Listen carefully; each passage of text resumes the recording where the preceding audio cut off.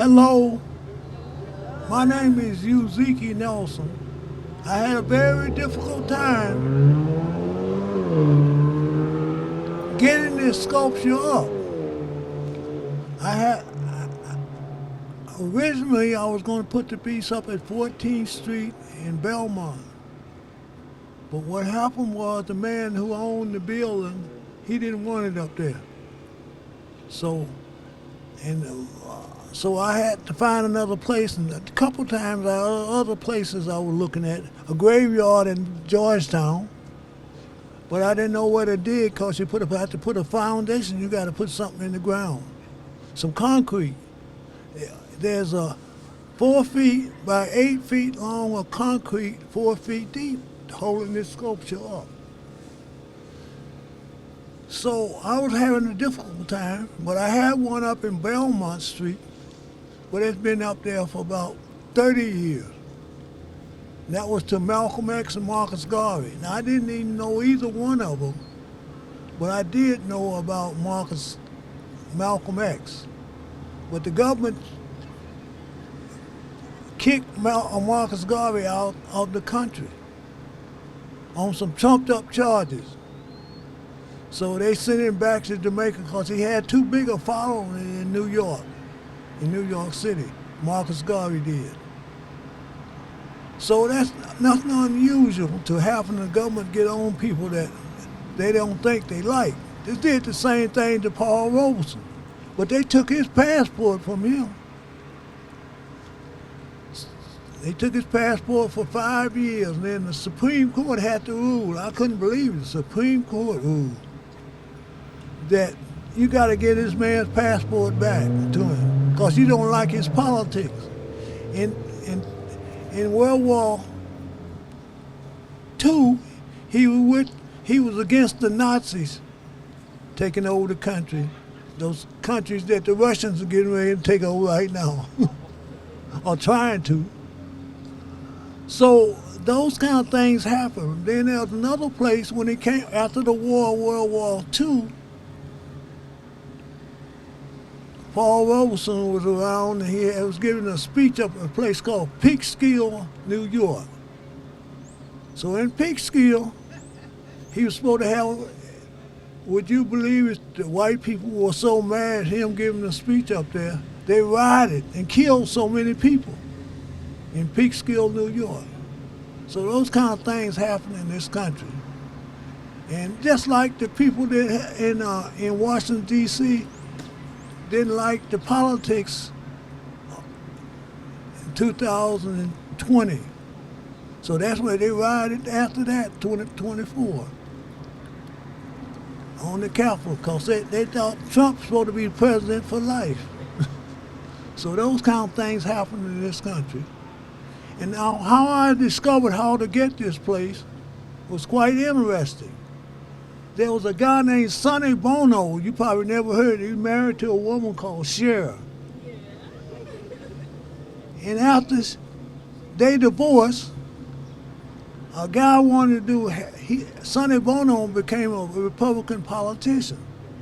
So being a politician, he got there a little park like this somewhere in D.C. for him. And the guy was so proud of it, and he put the article in the city paper said, you can adopt parks in the city. So I needed a place to put this sculpture and one of Cleveland the North. So I needed 2 parks, so I adopted both of them.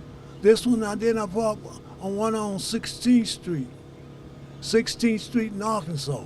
So I didn't think they were going to give me this one or the other one. I said, you adopt 2 of them, you may let you have one. So, but it kind of found they let me drop both of them. Now, it did cost me to have this built.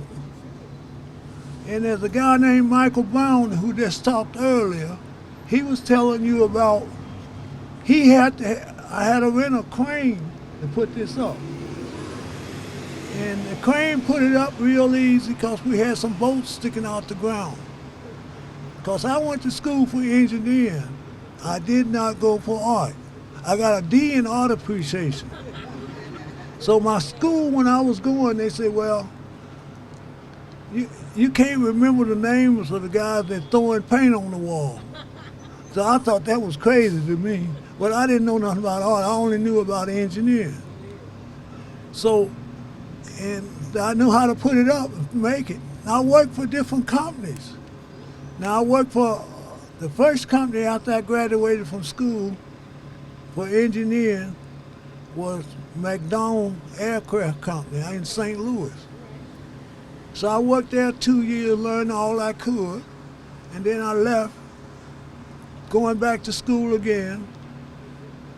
But I left again when after they killed King, and I decided, well, it's time for me to get out and go to. I went back to Peoria, Illinois. It was so racist they kicked me out of trigonometry, kicked me out and put me in woodshop in 1955. So these kind of things happened to me with art. So they wouldn't let me take trigonometry. Now, the best subject in me was math, things like that. Those were my best subjects. So they wouldn't let me take it. I had to go to college to get trigonometry. And while I was in college, I had to take art appreciation or music appreciation. I said, oh, well, I better take art. And then I got a D in it. And then I said, well, I don't know what I should do, but anyhow. So that's how I got started. But while I was in college, I did see some art around. So since I liked art, it was African art mostly and some of Picasso stuff. But I didn't know Picasso got a lot of his ideas from the African guys. So that's how I got started. And then my older sister was a library teacher in Peoria, and she suggested that you better go to Southern Illinois because there's a lot of black people were down there. And she went to Bradley University, but there were so few Bradley people.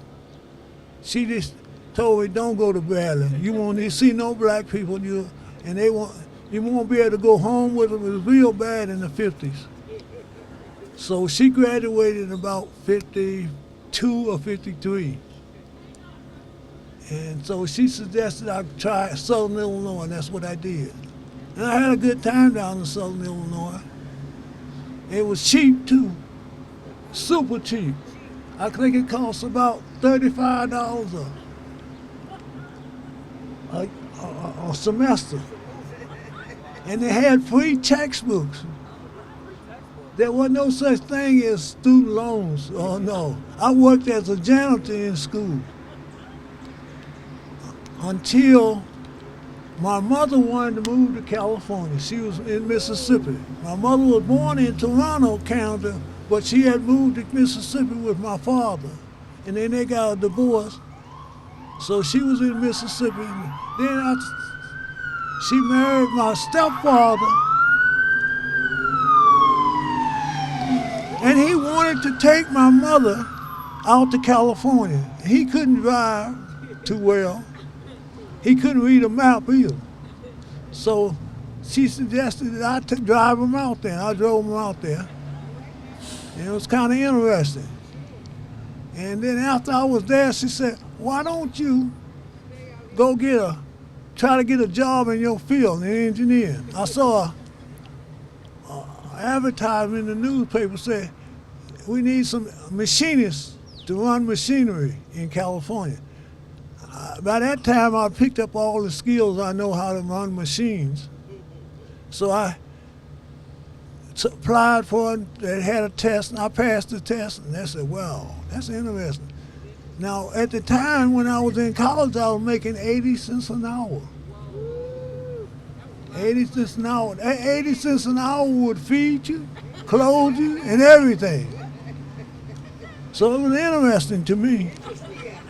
So after I started back, I finally graduated, and I was a real slow student. I guess I was slow. Well, it took me like 5 years altogether, but I got to. And after I got through, I got a job at McDonald's Aircraft Company. That's the first book. They put up the first arch, too, when I was working for Caterpillar, meaning for McDonald's. And that's the arch going around the world, landing in the ocean. I was working for them. I was what they call, you might never heard of the words, a spook who sat by the door. My job was to sit by the door, let them know that they got a black guy in there sitting behind a desk. So, and I didn't know nothing about that. I heard my sisters them talking about spooks, but that was a derogatory term that black people used at that time. So, but anyhow, and so I sat by the door for 2 years, but they were afraid that I couldn't do nothing. So that was quite interesting how I got involved. And then after King was killed, I had to go I decided, well, I think I'm gonna go back to school and work. That's what I did. So I went back to school and started working for Caterpillar. Everything was going good until there were 2 Panthers in Chicago that were killed by the police department.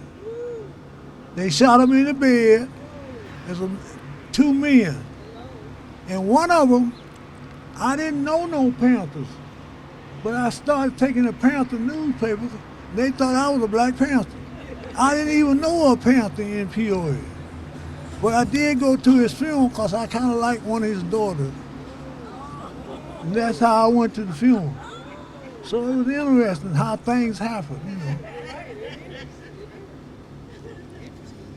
So that was the kind of way, so while I was there, then they fired me.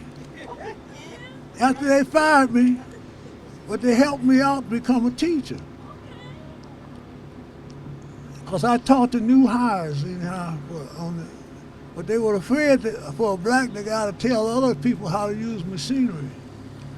But I learned numerical control, all the kind of equipment I learned, took classes, and learned how to run machines. And that's why I came to D.C., because this at Washington Technical Institution that later became UDC, this guy named Cleveland Denard were looking for me because they had all the black guys that going to engineering school. They didn't get a chance to do no real work. They could only do book learning. Now I had actual skills I picked up while I was going to different companies. So that's how I got involved. And Denard looked for me, and then finally one day he called me up on a Sunday and said he needed me bad. I thought I was going to Kansas City to work. A guy that flew me from LA to Kansas City. And in Kansas City, he told me after 3 days, I can't hire you, but there's a guy in Washington who wants to hire you named Cleveland Denard. He called me up and said, can you be here in a week? I said, I can make it. I drove my old car all the way from D.C. through the mountains and everything. And it was quite interesting getting here. Then I found Washington Tech. And I didn't know where I was going to stay, so finally, he told me on Pennsylvania, one of them, I was playing on one of the avenue at McLean Garden. And I stayed there for a month. And then I found a job. I got some money by that time so I could pay. I did. I slept out overnight on the highway. You know, the little parks and stuff like this. That's how I got here. So I was able to stay here. And then I could show other people how to run machinery. They didn't have no black guys doing electronics or none of that stuff in D.C. D.C. is racist as it could be at that time. And they had no idea I could do art. But I made things my whole life. That's what I did. That's the only thing I could do is make things. So after I learned that, I was in pretty good shape to do things. So first thing I had a shop that I could work in. I made my second sculpture. I made one in Peoria, but like I said, they told me they fired me. Kind of interesting. And then they wanted to hire me back. So after that, I said, well, I got to D.C. I said, I maybe found a home for 2 weeks or something. But I went to Africa after 6 months.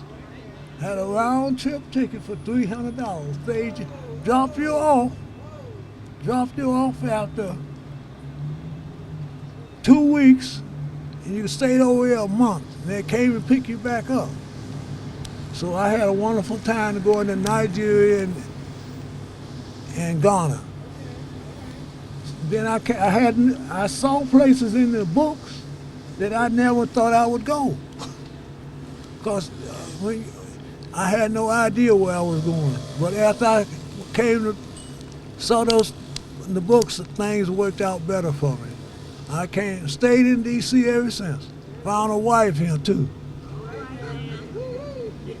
And I found a lot of friends and everything like this, but I repaired stuff for my friends. I didn't charge my friends like Michael Brown, different people. I showed them how to fix heating and air conditioning equipment. So I learned a lot of stuff, how to fix stuff. And that's how I got started doing art. I was already altogether different guy when I started doing art. And I never got a grant at all from the district government. They said what kind of art I was doing was real art, because it looked a little too African for them, especially up to Washington Tech and UDC. I did try for the last about 5 years trying to get this piece up, and they said, no, we can't put that up. You got to do something abstract, because that's what they were doing in D.C. So as you do abstract, they say, okay, you can't put nothing that look African. So I decided, well, I have a mask on one side and a mask on the other side. But I have a lot of African art that I picked up being in D.C. So that's how I got started in art. But I didn't take a course at all. Finally, my old school decided they want to do a story on myself. You got me mixed up. I ain't take no art. They said, we seen it on the internet. The internet picked me up. And the TV program, I'll give you an example. Channel 4, 5, 7, 9, all of them did a story on me one time in D.C. And then Voice of America picked me up. I said, damn, what? I heard of Voice of America, and I thought they was crazy. Because I didn't know they did video. So they told me we got a video, so that's how I got a video up. And then later on, my nephew decided to do a video of my life. It's on. You can still see it. It went up in 2017-18, and it's still up. It tells you all about my family, my life as an artist, and that's how I got started in art. And now, the D.C. government, oh, I was so sorry. It's unbelievable. They get me to apply and wasting my time. So finally, I don't waste my time with them, because I know it'd be a waste of time. So that's kind of art I was doing. And then finally, after I put this piece up, they put some grass around here, put some flowers around here. And so it was interesting things like that happened.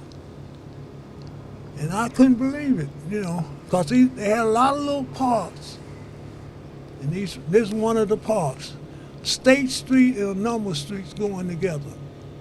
At the states and the numbers, some of them 2 states. So that's how I got started. Yes? How long did it take you to build this statue? Oh, about a year and a half. So I was retired from UDC. I said, well, I'm going to try to do something I like. I like what I was doing at UDC now. But they needed somebody to retire so they had to overstaff for people. So So I said, I think I'll retire then. That's what I did. And I started making this one I call Saint Denard. I didn't even know who.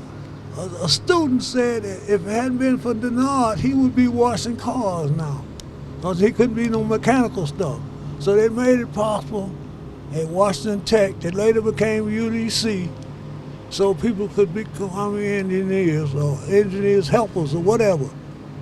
So that's how I got started in art. What year did this go up? I think 1995. I think 1995. Now Mike might know. I asked him. He really don't know either. He helped Michael Brown, the guy that spoke earlier.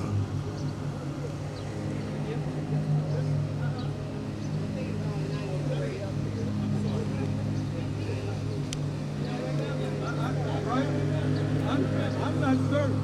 You're not certain, okay? No, I'm not certain what year it was. All I know is we got it up. We got it up. It only took him and the crane operator, man. Right. That was it. So, You had to, once you put the foundation, you had to wait 30 days before you could put up the artwork. So that's how we got it going up.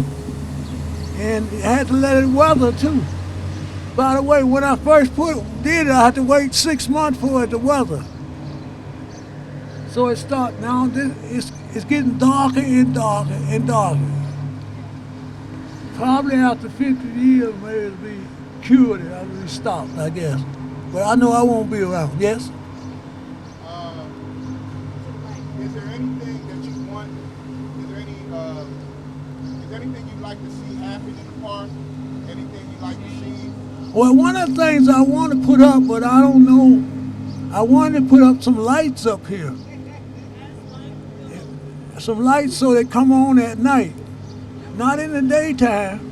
Maybe go on from dusk to maybe about 12 o'clock, 11 o'clock at night. No, not all night, no. And one other thing I want to try to tell you that I realized about my artwork. The first piece of artwork I put up in Peoria, a guy used to go around and sleep around the art. This was weird to me. Then I come to find it was an African guy. He would come around and sleep around it. And the one on 16th Street, lately, I found out that somebody was sleeping around it at night. So I think they kind of worshiping these artwork things, this art, this African-looking art. That's what I think. But I don't really know because I never met him. But I saw he was up there sleeping at night on one on 16th Street. So that's how I found out about it. So it had a different effect on people. Yes? Weren't you recently honored by Howard University at the Porter Colloquium? Yes, I was. And there were some dealings with Howard University art students? Yeah, right. I took them around to see my art sculptures that I did in the city. But I missed one of them. I put one in the cemetery too. One up on. What cemetery? You remember? Yeah, I know exactly. It's up there by the old soldiers' home. As soon as you go in there, there's a sculpture of an ankh, an African ankh. It's made out of stainless steel. It's about 4 feet tall.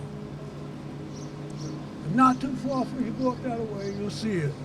You go through a gate, huh? Damu Smith. There's a guy named Damu Smith. He was protesting the American government dropping oil down in Louisiana. That's what he was protesting. Environmental investment, dumping all this oil down there and killing the people early in Florida. In Louisiana, that's where they were dumping the oil. So Damu, and then they paid me to make a sculpture for him. I said, okay, I'll make him a sculpture. I didn't like stainless too much, but I did it, put a little glass in it. So that's basically I can tell you about my art. Yes? Do you have anything to share about the history of discussions about art in public space? I remember there being something with the Carter G. Woodson statue. Carter G. Woodson? The Carter G. Woodson statue. Okay, it's weird. One of the things I found out about art in the district, they would put out, especially the D.C. government, put out things to tell you after they already decided what they were going to do. That's after. So it's really weird because I think, well, it really don't make no difference after if they can put it out before. So I said, well, I just won't tell them what I'm going to do. So that's how I dealt with it. I wouldn't have think if I put this up, would they allow me to put this up? Because I didn't know who Paul Robeson was before I came. There's a woman named Josephine Butler. She has a building on 15th Street named after her.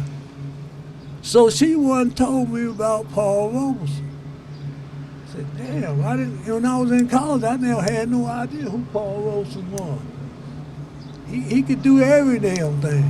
Anybody, how many of you all have ever seen a football player or a basketball player be backfield mixing up their class? Have you ever heard of one? He went to play pro football while he was going to law school and got a law degree.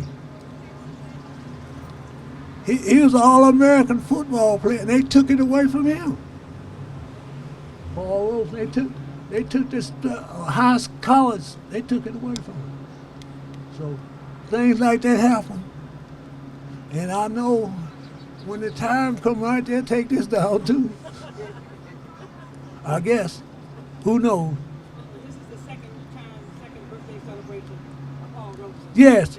Now that was 20 years later after I put it up. I tried through the city council. They wouldn't put no lights up. They looked at me like I was crazy. So I said, okay. But they did fix the park up. Put flowers, bushes, and then brick sidewalk too. Look, you see that? So I can't say that's good and good. Every doing a birthday celebration. I'm a long time member of the National Council of Negro Women, and every year in July we do a birthday celebration for Mary Clyde Bethune and her statue in Capitol Hill. It's always a great celebration for her birthday in July. Yeah. Well, I know about her now. She's out of Florida. South Carolina. South Carolina? South Carolina. Birthday celebration. So that's about what I can tell you about my struggles in D.C. But it's all good. They didn't hang me. That's good. Are there any other questions? Any other questions from the audience? I'm 85. You know I'm sitting down, don't you? Old people sit, they don't stand too long. One more question. Are you still teaching? No way. You retired from that? I retired when I was 56 from UDC. And that was the best job I ever had. So I retired early. Because by that time I worked my way in some apartment buildings and everything, fixed them up. So they took care of me. As long as they can pay the taxes, I'll be all right. Are you working on any art deals? No. I have some plans, but I don't think they're going to let me do it no how. But I don't know. You never know. I can hear. Go ahead and share the plans. What plans do you have? I'm not sure, but I ought to have plans. Okay. Would you have anybody in mind if you did choose to do it that would do it? Is that too personal? Well, I'm not, no, I did one to my wife. Look like I see somebody in here. Look like my wife.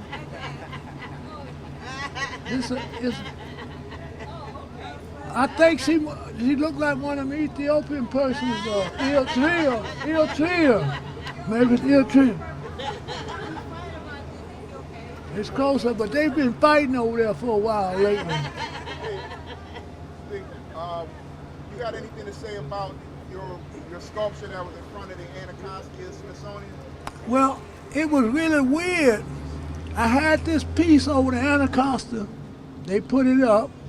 I had a big celebration. The best thing, they never had a sculpture over there at all. So I loaned them the sculpture for 5 years at a time. And then before, it went 14 and a half years. And then one of these guys that were over there, he looked like he was mixed race guy. I call him mixed race. I don't know what he was part of, but he looked like he was Oriental or something. And he told me they were gonna have to take it down, because they're gonna go in a different direction. And that in the direction they ain't putting nothing that back up. That's the only direction I could find out. And by the way, one other thing I want to make a comment about. The Museum of African American History. They won't even allow them to put up an African American sculpture in front of it. If not, I wouldn't be wasting my time trying to put one of my sculptures up, the one in my basement. The guy lives on my street. He won't even talk to me. He don't talk to me, and I don't talk to him. He looked like he's scared or something. I don't know what his problem is. So that's about it. So, I want to thank you for that.